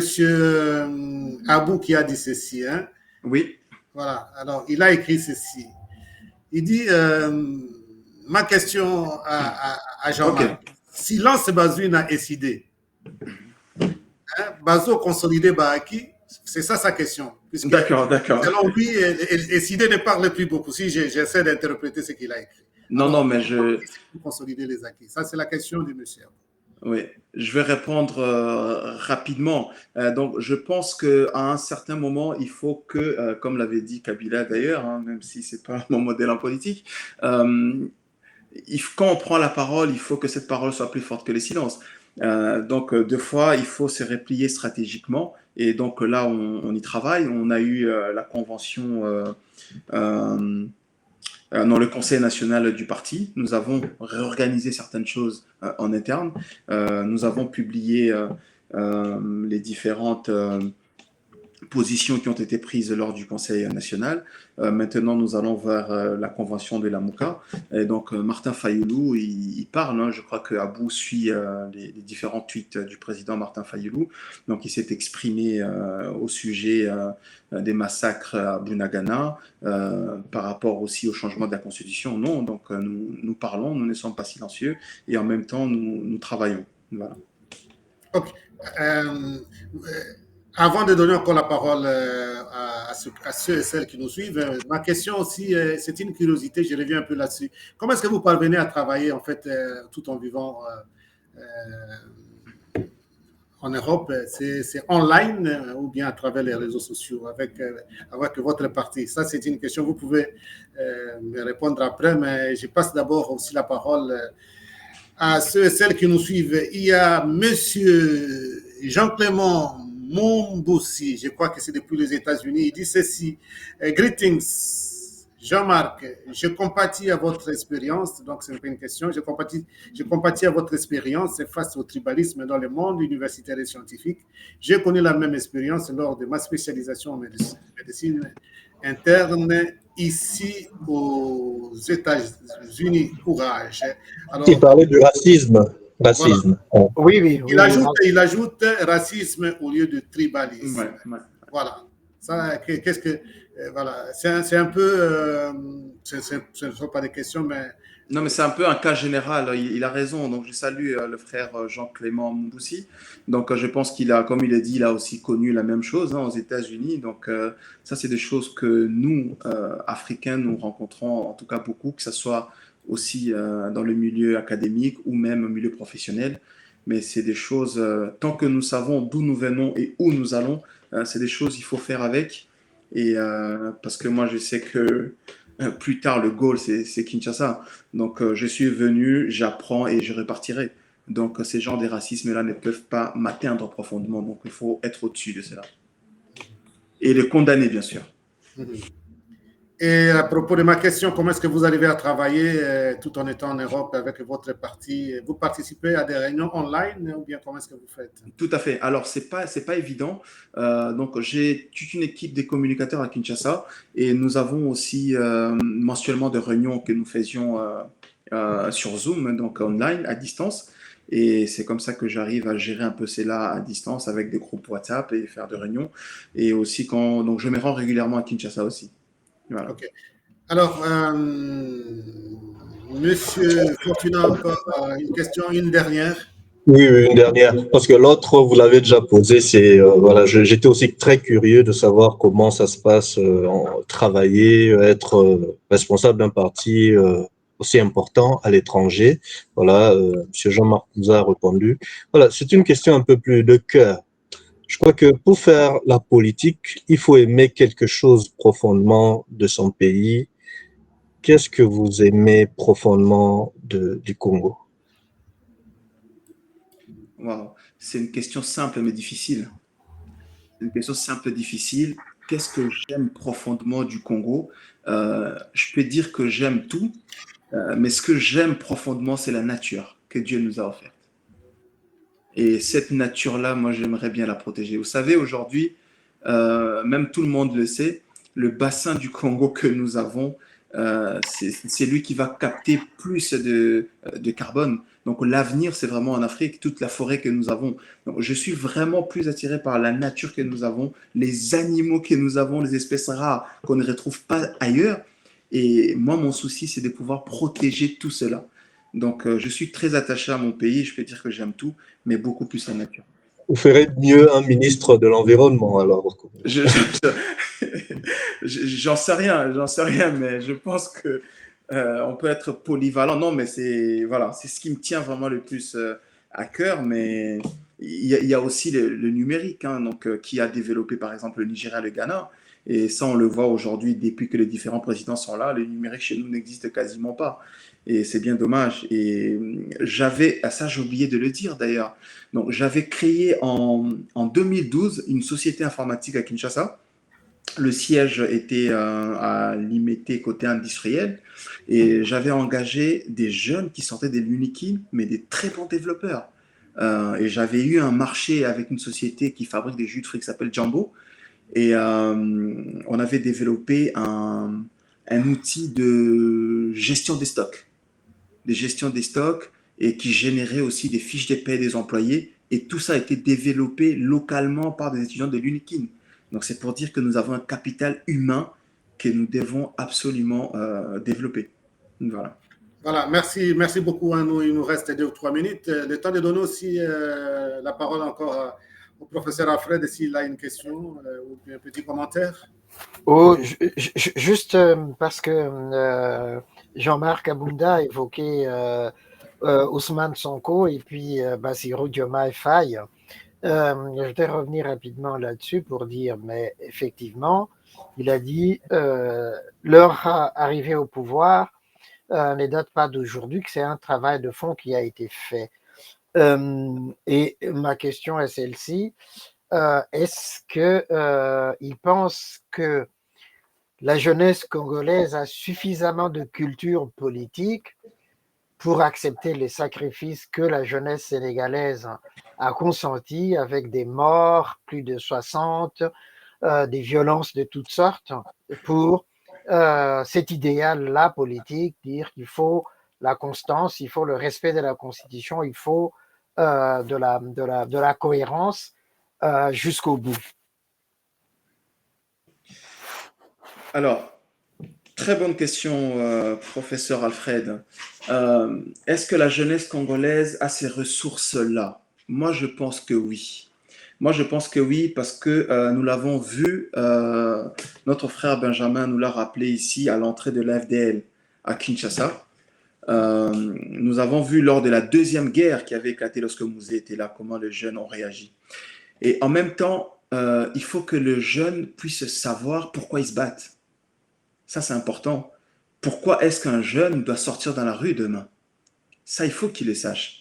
Et ça, c'est une pédagogie, c'est un travail de fond que nous devons faire dès la base, comme je l'ai dit. Parce qu'aujourd'hui, c'est tellement compliqué avec le régime que nous avons en place, le régime d'oppression. Vous avez vu, nous avons fait beaucoup de démarches et nous avons aussi perdu de nos militants qui sont morts, qui sont décédés.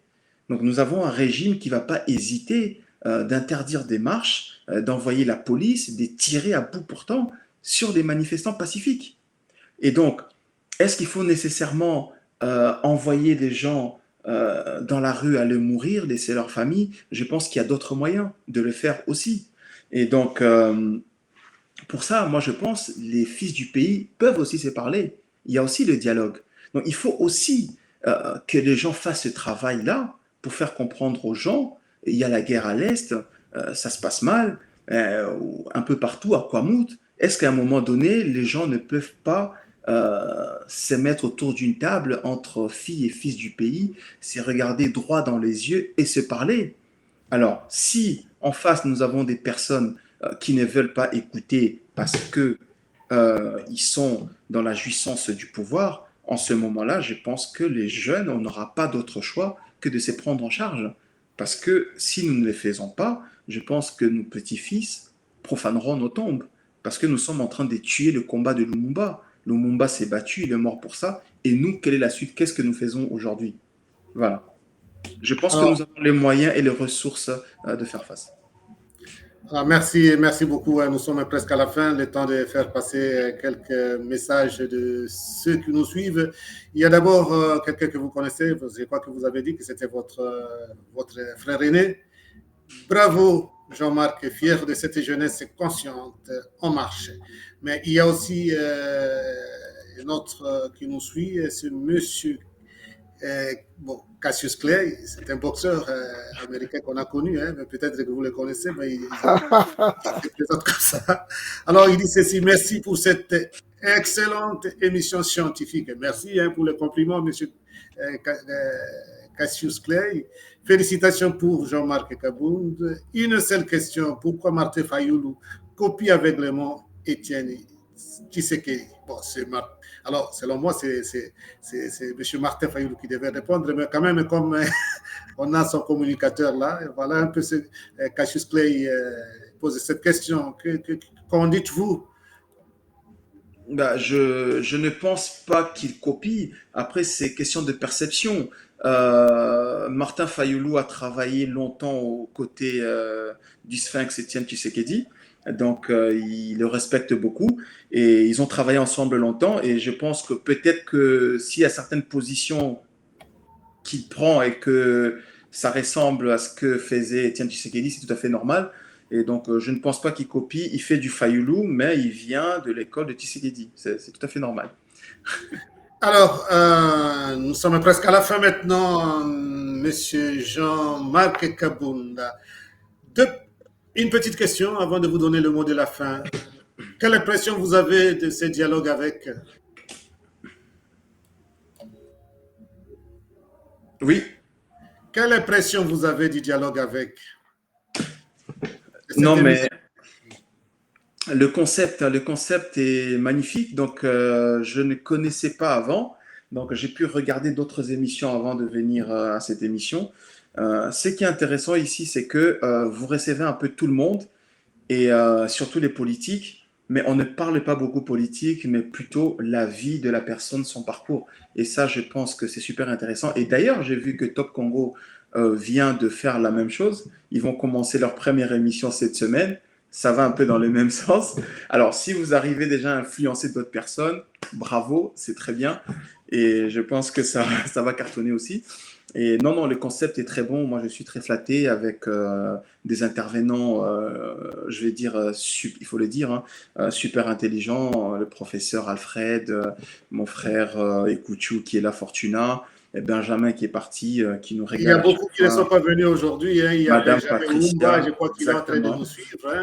Il y a aussi notre présentatrice, hein, qui présente aussi sa rubrique Pensée du jour et présente aussi les émissions Dialogue avec au féminin, et Patricia Temouni qui devait être avec nous d'ailleurs aujourd'hui. Donc c'est toute une équipe et il y a aussi Yves KH qui n'est pas là et d'autres que nous avons peut-être oubliés. Donc c'est toute une équipe et nous travaillons en équipe. Non, Alors mais merci beaucoup, hein, pour les compliments.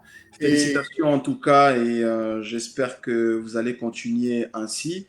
Et pourquoi pas aussi un jour essayer d'inviter le président Martin Fayulu. Je pense que les jeunes auront besoin de l'entendre sur son parcours voilà, académique. pour le Et, parcours, nous allons le faire. Nous ne refusons personne. Et alors, merci. avant de venir le dernier mot de la fin, il y a des gens qui ne cessent d'écrire. Alors, ça, on lit seulement, hein, vous n'êtes pas obligé de commenter. Et on respecte le point de vue des gens. C'est notre ami toujours Cassius Clay. C'était boxeur. Hein, Cassius Clay, il donne des paroles fortes là. Comme Étienne Tshisekedi, Martin Fayoulou ne se bat pas pour le social de la population. Sa lutte deviendrait plus populaire s'il combinait le social des Congolais à sa lutte de légitimité politique. Bon, c'était juste un point de vue. Hein. Donc, comme Martin Fayoulou n'est pas là, c'est mieux. Aujourd'hui, nous avons fait plutôt le parcours de M. Jean-Marc Ouais, mais Kaboul. donnez-moi juste deux petites secondes, c'est important, Oui, il dit Jean-Pierre. encore quelque chose d'autre. Peut-être comme ça, Non, vous non, comprenez ensemble. Il deux, dit, c'est le même encore qui écrit. Hein. Sa oui. politique donne l'impression qu'il se bat seulement pour ses ambitions politiques, de devenir président pendant que le peuple croupit. Bon, ça, ce sont des points de vue, évidemment. Bon, oui, tout à fait. Juste intervenir 2 secondes rapidement. Ok, Je allez-y, respecte, et puis on va continuer. avec tout le respect que je dois à Monsieur Cassius Clay, je sais que des fois c'est facile pour nous autres derrière l'écran de pouvoir à chaque fois critiquer les gens qui se battent sur le terrain. Mais ce que j'aimerais juste rappeler, c'est que Martin Fayoulou avait reçu une balle en caoutchouc à la tête. Ce jour-là, il aurait pu perdre sa vie. Et je ne pense pas que c'était pour ses ambitions à lui. Donc, des fois, mesurons nos paroles quand nous nous adressons à ces genres de personnes qui se sont battues. D'ailleurs, pour que Kabila ne puisse pas modifier la constitution, il était l'un des leaders qui était devant pendant les marches. Et ceux qui sont au pouvoir aujourd'hui n'ont jamais été dans la rue. Et ça, j'aimerais bien que le Congolais le sache. Et il faut quand même respecter ces genres de personnes. Merci. Voilà, merci beaucoup. Alors, le mot de la fin pour clôturer, le mot de la fin un peu de tout ce que vous avez dit, des questions que nous avons posées, et puis ce que aussi les autres qui nous suivent ont dit. Quel est votre mot de la fin? On vous donne la dernière parole. Peut-être que aussi nos questions n'ont pas pu ressortir tout ce que vous vouliez dire. Alors, vous avez l'opportunité maintenant de dire le dernier mot. Non, mais pour terminer, donc je tiens d'abord à vous remercier infiniment de m'avoir invité. Les intervenants, vos questions m'ont beaucoup plu et j'espère, moi, avoir été à la hauteur de toutes ces réponses-là, surtout face à des professeurs, face à Ekouchou qui est là. Donc, j'espère avoir répondu à toutes vos questions. Je vous remercie encore, Père Jean-Pierre, pour cette invitation. Et tout ce que je peux dire aujourd'hui, c'est que le pays va très mal et il faut que chacun puisse jouer sa partition. J'entends des fois les gens accuser l'opposition, mais on ne peut pas être là et attendre que l'opposition fasse tout pour vous. Je pense que tout celui qui n'est pas content avec la gestion du pays doit se manifester. Donc aujourd'hui, la lutte que nous menons, ce n'est pas la lutte qui appartient à Martin Fayulu seul, parce que nous sommes des humains, nous passerons, nous allons mourir, mais c'est une lutte qui doit appartenir à tout le monde. Ce pays nous appartient tous et il faut que chacun devienne acteur quelque part, même à son niveau, qui puisse contribuer. Donc, il faut plus des propositions qui soient constructives.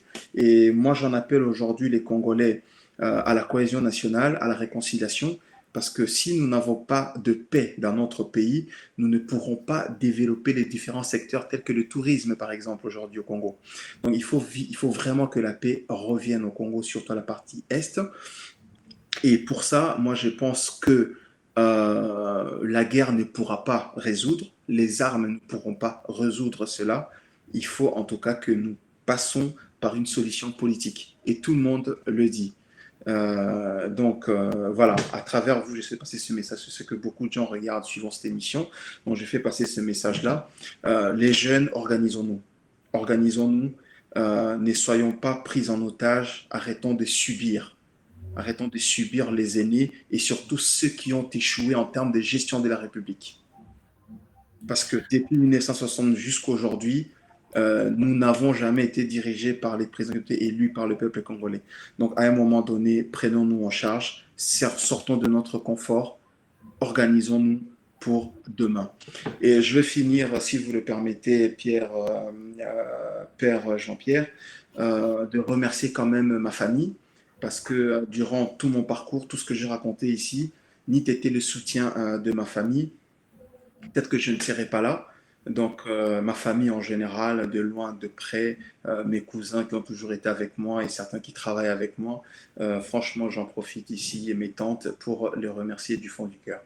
En tout cas, merci, bonne soirée et que vive la RDC et son vaillant peuple. Merci beaucoup. Merci beaucoup, Monsieur Jean-Marc Kabunda, pour la disponibilité d'abord à répondre à notre invitation, pour l'expérience aussi de votre parcours de vie, disons parcours scolaire, académique et parcours professionnel, et aussi vos pas dans la politique. Merci d'avoir partagé avec nous et avec ceux et celles qui nous suivent. Un grand merci, j'espère que ce n'est pas la dernière fois. Nos portes sont ouvertes, puisque Dialogue avec cette émission, c'est pour tout le monde, gratuitement d'ailleurs, et puis nous essayons d'être impartial le plus possible. Et donc, merci beaucoup. Vous saluez aussi votre petite famille, donc votre épouse et vos enfants qui vous ont donné l'opportunité de les laisser un peu à part ce soir pour être avec vous. En tout cas, grand merci aussi à ceux qui sont intervenus au cours de cette émission directement. On remercie celui qui nous a déjà un peu quitté là, et donc Monsieur Benjamin Babunga qui nous a parlé disons, des rappels historiques. Un grand merci à lui. Grand merci à Fortuna Ekutu qui nous est revenu aujourd'hui. Nous espérons les retrouver très prochainement. Merci aussi de fidèles et amis, professeur Alfred Chango, depuis la France, pour votre disponibilité. Alors, nous remercions aussi ceux qui sont intervenus, qui ont posé des questions ou qui ont écrit pour dire un mot concernant cette émission. Et les autres aussi qui n'ont pas pu écrire ou poser des questions, mais qui nous ont suivis et qui nous suivent encore.